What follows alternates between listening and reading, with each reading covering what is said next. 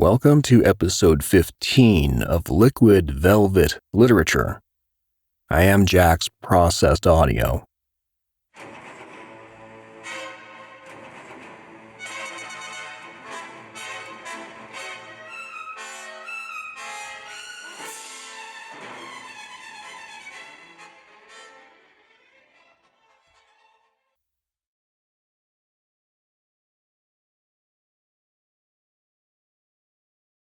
Good morning. Welcome to episode 15 of Liquid Velvet Literature here on Prose Radio. We began today with a quote by Walt Whitman, who better than Whitman to pontificate life and death and that dark mystery, well, to a lot of us. And I still have a copy of Leaves of Grass, the big hardcover with that grassy fabric, and I just love the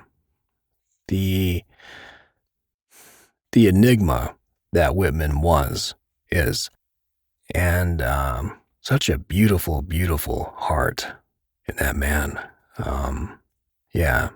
Speaking of that, I was going through my emails a couple of days ago, and I found a suggestion from a writer on Prose for a piece to read, and I'm going to read that and accompany that with another one that I found. And I'm going to butcher his name. No, I'm not. I'm just going to go to it. Alexiskarpouzos. If I'm saying that wrong, I apologize, man. This is called At the End of Time. I know that our efforts all come to nothing. Analyze life, tear its trappings off, lay it bare with thought, with logic, with philosophy, and its emptiness is revealed as a bottomless pit. Its nothingness frankly confesses to nothingness, and despair comes to perch in the soul. I know the end of us all is nothing. I know that at the end of time, the reward of our toil will be nothing, and again, nothing. I know that all our handiwork and all our ideas will be destroyed. I know that not even ash will be left from the fires that consume us. I know that our ideals, even those we achieve, will vanish in the eternal darkness of oblivion and final non-being. There is no hope, none in my heart. I know, no promise, none can I make to myself and to others. No recompense can I expect for my labors. No fruit will be born of my thoughts. I know the time, eternal seducer of all men, eternal cause of all effects, offers me nothing but the blank prospect of annihilation. So my dignity is broken and weak in recognition of my impending defeat. The man who is alone, who stands on his own feet, who is stripped bare, who asks for nothing and wants nothing, who has reached the apex of disinterestedness, not through blind renunciation, but through excess of clear vision, turns to the world which stretches out before him as a burned prairie, as a devastated city, a world in which no churches, asylums, refuges, ideals are left, and says, though you promise me nothing, I am still with you. I am still an atom of your energies. My work is part of your work. I am your companion and your mirror as you march on your merciless way. But I owe nothing to anyone. I would be responsible to freedom alone. That was fucking great. Alexiskarpouzos, thank you for this. I like the title, too. It reminds me of the first Danzig album, the good one. It was just after Samhain and, of course, Misfits. But I'm going to date myself here, but my buddy came over. I was a teenager, and he came over, and he said, oh, man, we got to go see Danzig playing the Jar, and this and that, and this and that. And I said, have you heard it? He goes, oh, yeah, I've heard it. And I go, what's it like? And he goes, well, he's like a cross between Jim Morrison and Elvis.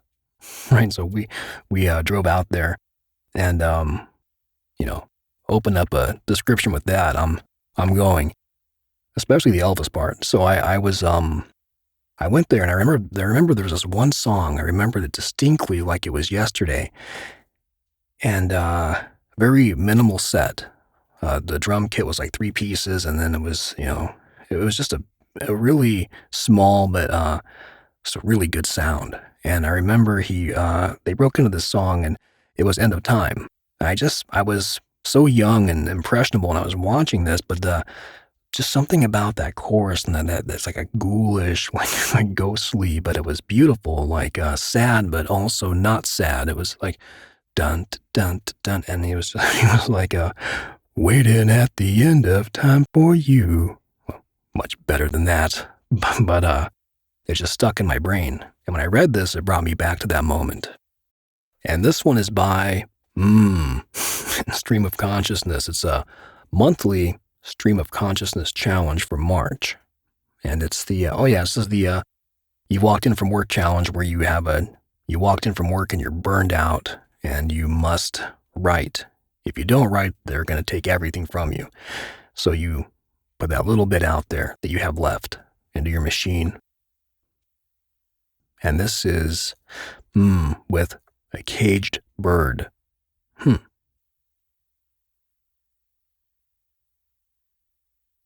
Here I sit, adrift in silence's solemnity.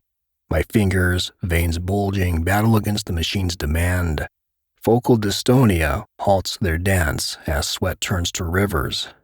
Yet the relentless demand persists, coercing me to write, as if they believe I find solace in this torment.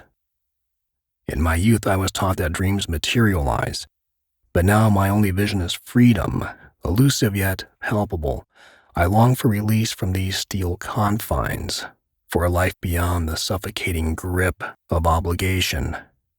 Still, I surrendered to the typewriter's call, each keystroke a reminder of my captivity. But amidst the struggle, one thought sustains me. My family, my anchor in this storm. If I should meet my end before this unforgiving page, let them know that every word was written with love, that my sacrifice was not in vain, and that my longing for freedom was their legacy. Absolutely gorgeous. Thank you for this. And that's going to wrap today. Thank you for being here, and thank you again to the 2 talents featured on the show today. If you like to read or write, go to Prose, get a profile, get a subscription button, make some money. But more than that, read, write, inspire, be inspired. The world needs your writing. Your words are necessary. Now more than ever with all of this impending bullshit, we need your work. I'm going to get out of here. Thanks again for being here, and I will see you in the new video. Take good care.